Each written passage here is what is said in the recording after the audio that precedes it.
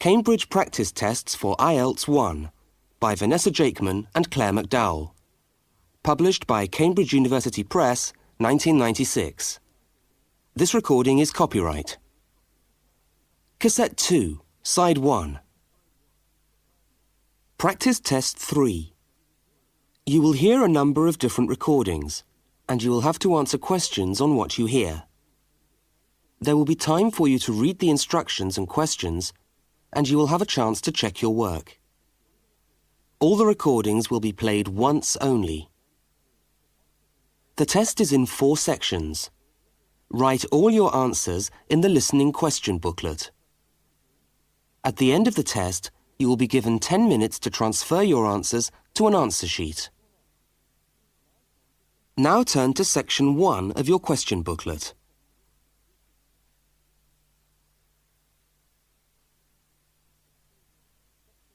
Section 1. You will hear a student inquiring about parking facilities. First, look at questions 1 to 4. For each of the questions, 4 alternatives are given. Decide which of the alternatives, A, B, C or D, best fits what you hear on the tape and circle the appropriate letter.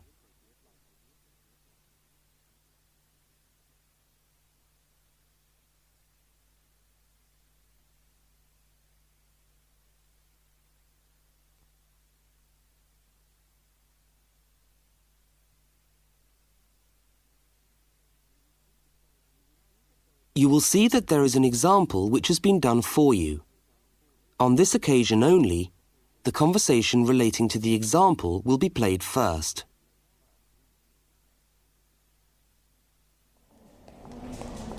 How do you come to the university each day? Train or bus, or do you have a car? Oh, I always walk. I haven't got a car, and anyway, I live quite close.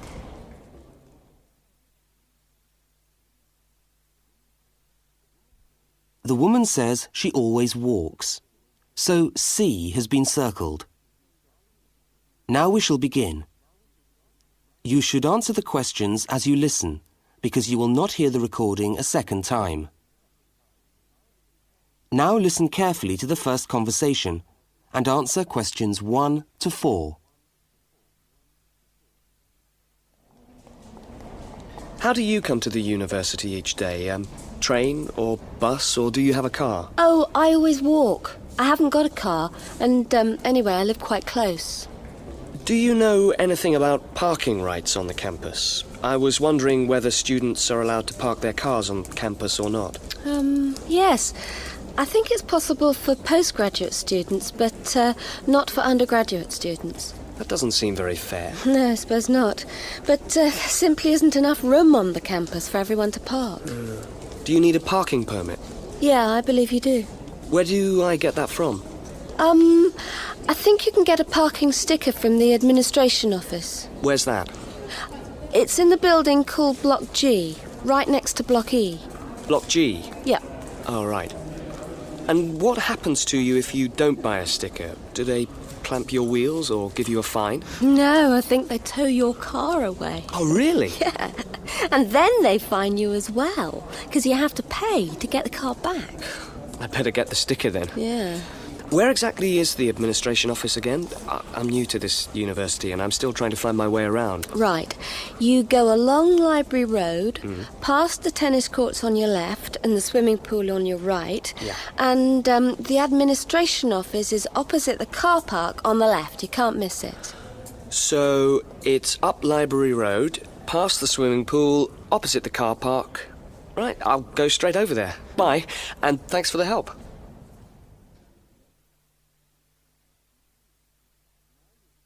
Now you have some time to look at questions 5 to 12.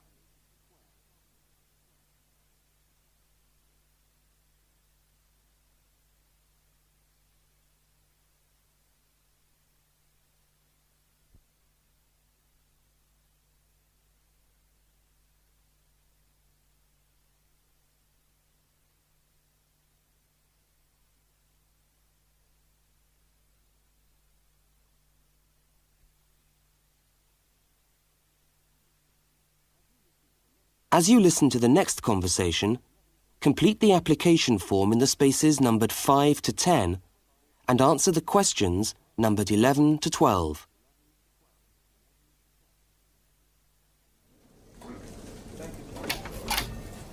Good morning. Can I help you? Yes, I was told to come over here to get a parking sticker. Is this the right place? Yes, it is. Are you a postgraduate student? Yes, I am. Okay. Well, I'll just need to take some details. Your name? Richard Lee. That's spelt L-E-E. Richard Lee. And the address? Flat 13, 30 Enmore Road. How do you spell Enmore? Oh, E-N-M-O-R-E. And that's in the suburb of Newport. N-E-W-P-O-R-T. Faculty? I beg your pardon? Which faculty are you in? Oh, architecture, the Faculty of Architecture. Right. And the registration number of your car? Let me see. LXJ50... Oh, no, sorry. I always get that wrong. It's LJX058K. LJX508K? No, 058K. Ah. And what make is the car? It's a Ford. A Ford. Fine. Well, I'll just get you to sign here, and when you've paid the cashier, I'll be able to issue you with a sticker. All right. Where do I pay? Just across the corridor in the cashier's office. Oh, but it's 12:30 now, and they close at 12:15 for lunch. But they open again at 2:15 until 4:30. Oh, they're not open till 2:15. No. When you get your sticker, you must attach it to the front windscreen of your car. I'm afraid it's not valid if you don't have it stuck on the window. Right, I see. Thanks very much. I'll just wait here then.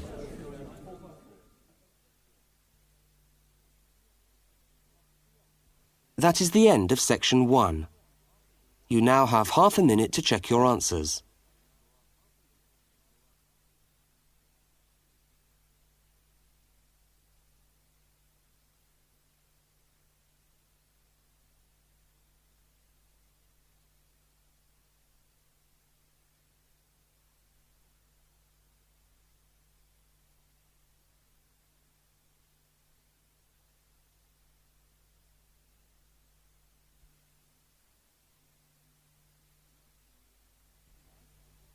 Now turn to section 2.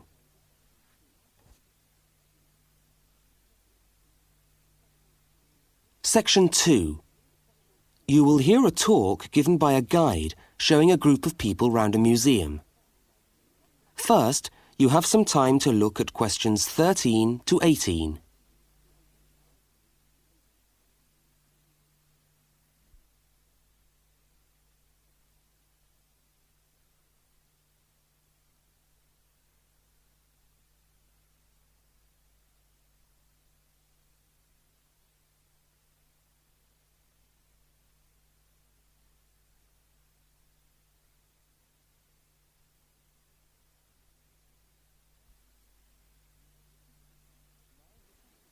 Now listen to the guide and complete the notes by filling in the numbered spaces 13 to 18.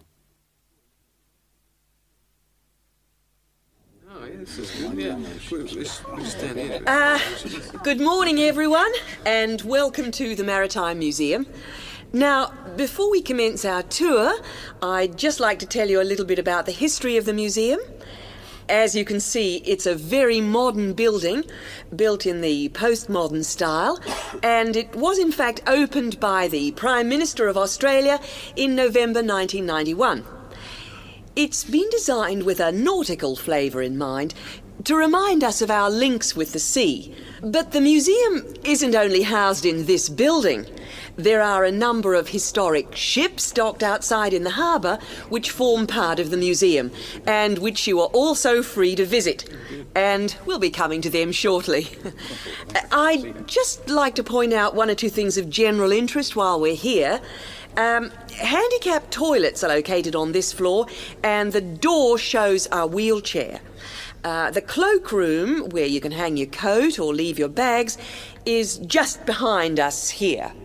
The education centre is on the top floor, and there's a good little library in there which you might like to use. Follow the signs to the education centre. You'll see a lot of little green arrows on the wall. The green arrows will take you there. The information desk, marked with the small letter I on your plan, is located right here in the foyer. So if you get separated from your friends, I suggest you make your way back to the information desk, because we'll be returning to this spot at the end of the tour. All right? Now, if you look out this window, you should be able to see where the museum's ships are docked. If you want to go on a tour of the old ship, the Vampire, she's docked over there, and you should meet outside on the quay. However, a word of warning. I don't recommend it for the grandmas and grandpas, because there are lots of stairs to climb. Right now, let's move on. Oh, I almost forgot to give you the times for that tour. Now, tours of the Vampire run on the hour, every hour, all right? Now look at questions 19 to 23.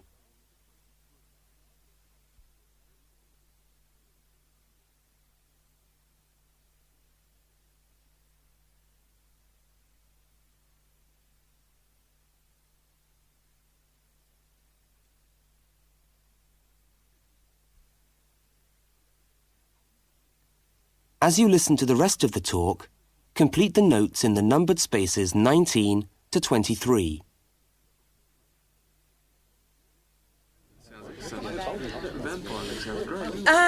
Let's take a walk around the museum now. The first room we're coming to is the theatre. This room is used to screen videos of special interest, and we also use it for lectures. There's a continuous video showing today about the voyages of Captain Cook, so come back here later on if you want to learn more about Captain Cook. Now, we're moving along the gallery known as the Leisure Gallery. This is one of our permanent exhibitions, and here we try to give you an idea of the many different ways in which Australians have enjoyed their time by the sea. Surfing, swimming, life-saving clubs, that's all very much a part of Australian culture. At the end of this section, we'll come to the picture gallery, where we've got a marvellous collection of paintings, all by Australian artists. I think you can buy reproductions of some of these paintings in the museum shop. They're well worth a good look. Now, we're coming to the Members' Lounge. Now, as a member of the museum, you would be entitled to use the Members' Lounge for refreshments. Membership costs $50 a year or $70 for all the family. So it's quite good value, because entry to the museum is then free. And down at the far end of this floor, you'll find the section which we've called Passengers and the Sea. In this part of the museum, we've gathered together a wonderful collection of souvenirs from the old days when people travelled by ship. You'll find all sorts of things there. Old suitcases, ship's crockery, first-class cabins decorated in the fashion of the day. Just imagine what it must have been like to travel first class. Now, I'm going to leave you to walk around the museum on your own for a while, and we'll all meet back again at the information desk in 3/4 of an hour's time. I hope you enjoy your time with us at the museum today. Thank you. Thank you very much. That is the end of section 2. You now have half a minute to check your answers.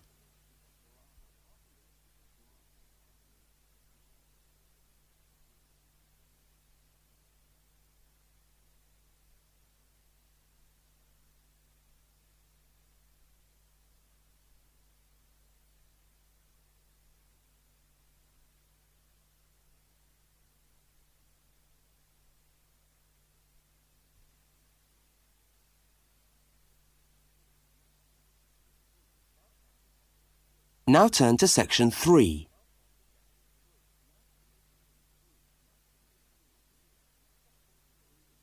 Section 3.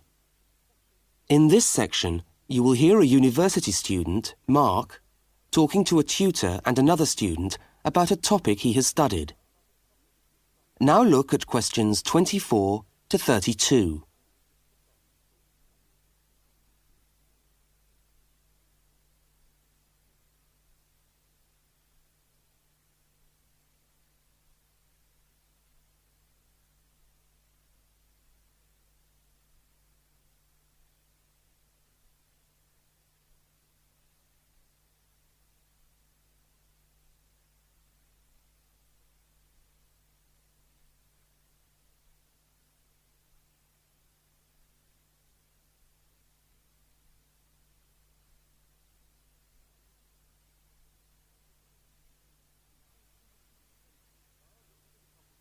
Now listen to the conversation and answer questions 24 to 32. Okay, everybody. Good morning. Good morning. Morning. It's Mark's turn to talk to us today, so Mark, I'll ask you to get straight down to business. All right. Now, following on from what we were discussing last week in Susan's tutorial on approaches to marketing, you were going to give us a quick rundown on a new strategy for pricing, which is now being used by many large companies, known as revenue management, before we go on to your actual tutorial paper on sales targets. Is that correct? Yeah, okay, well... So, what exactly is revenue management?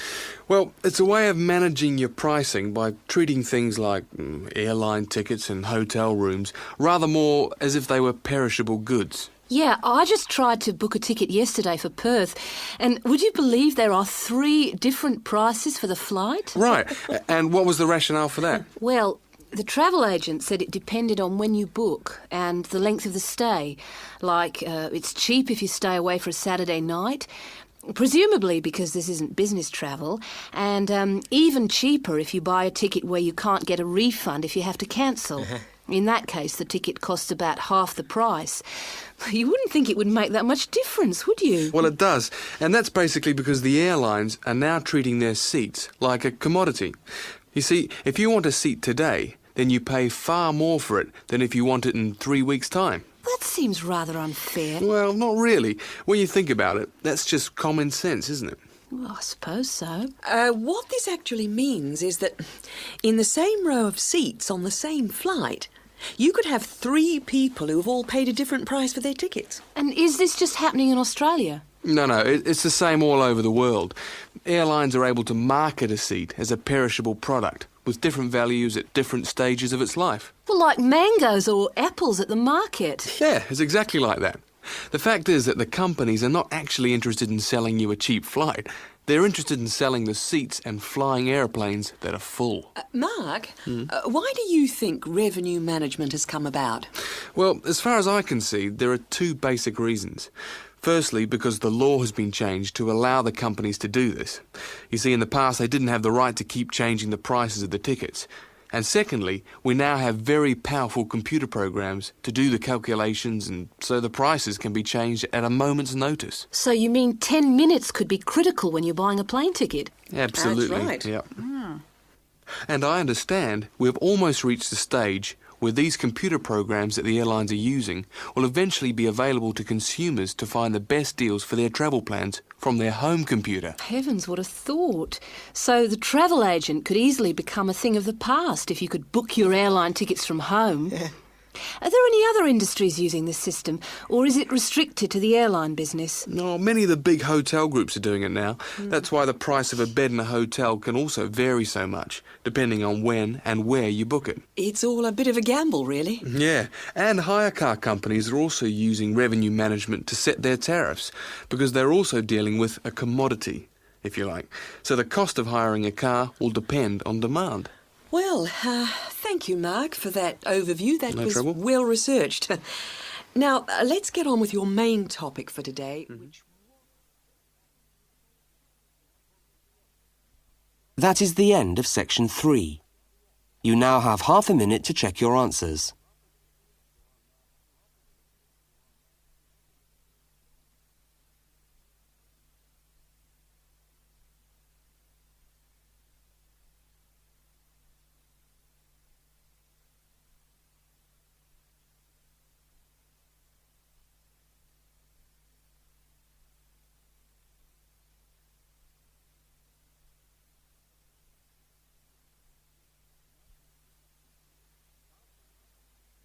Now turn to section 4.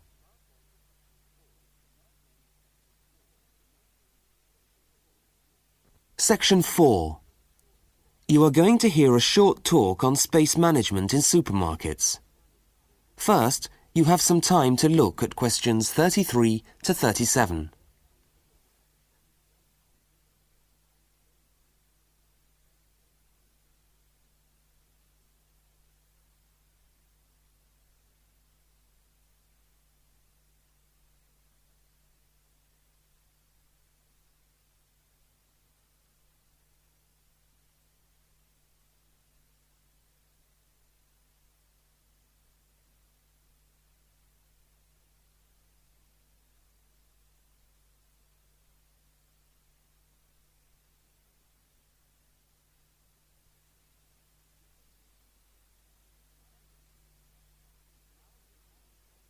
Now listen to the first part of the talk and complete the table by filling in the numbered spaces 33 to 37.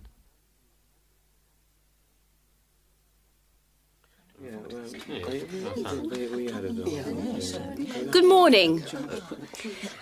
Welcome to this talk on space management. And today I'm going to look particularly at space management in the supermarket. Now, since the time supermarkets began, marketing consultants like us have been gathering information about customers' shopping habits.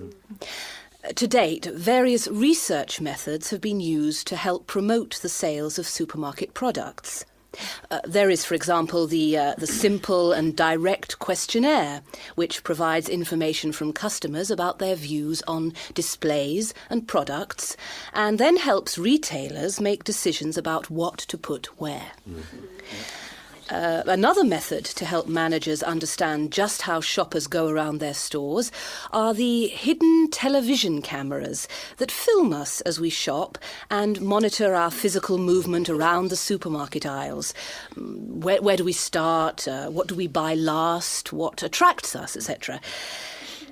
More sophisticated techniques now include video surveillance and such devices as the eye movement recorder.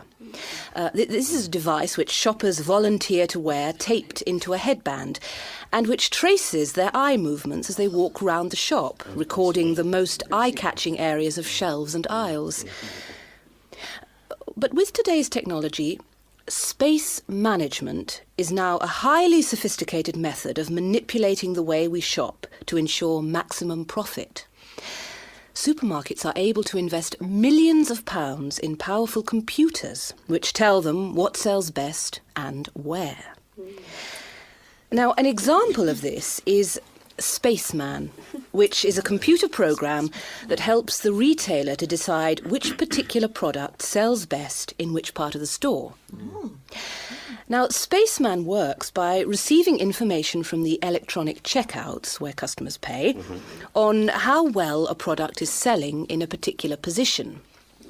Spaceman then suggests the most profitable combination of an article and its position in the store. Now you have some time to look at questions 38 to 42.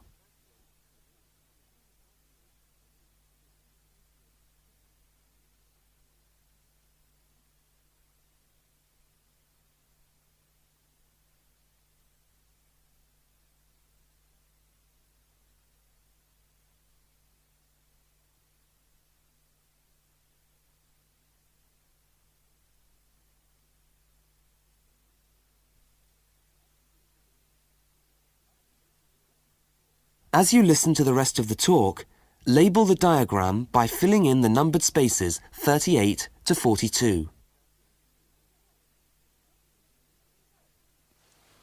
So, let's have a look at what we know about supermarkets and the way people behave when they walk down the aisles and take the articles they think they need from the shelves.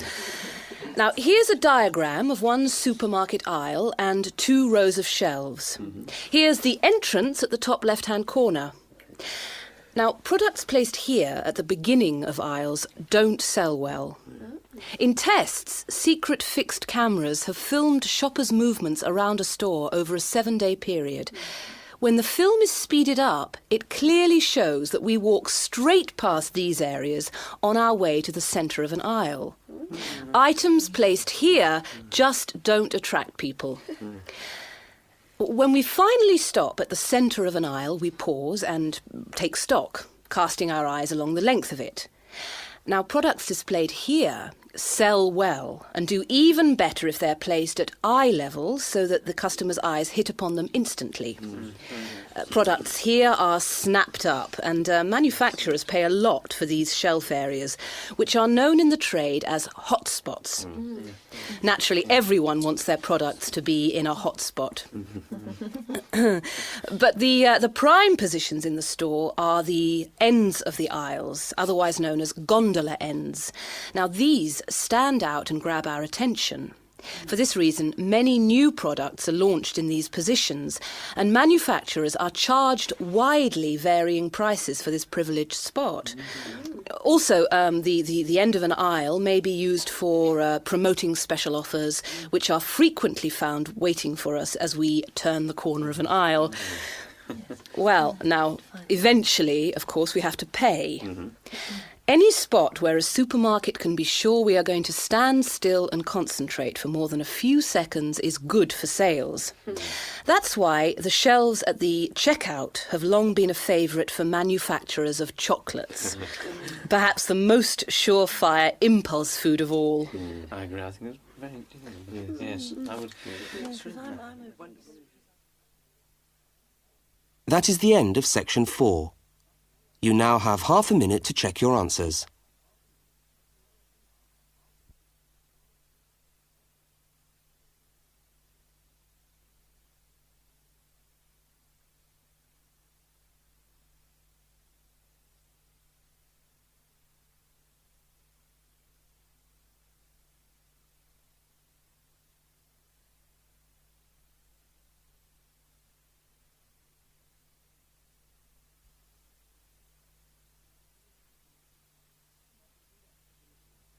That is the end of the listening test. You now have 10 minutes to transfer your answers to the listening answer sheet.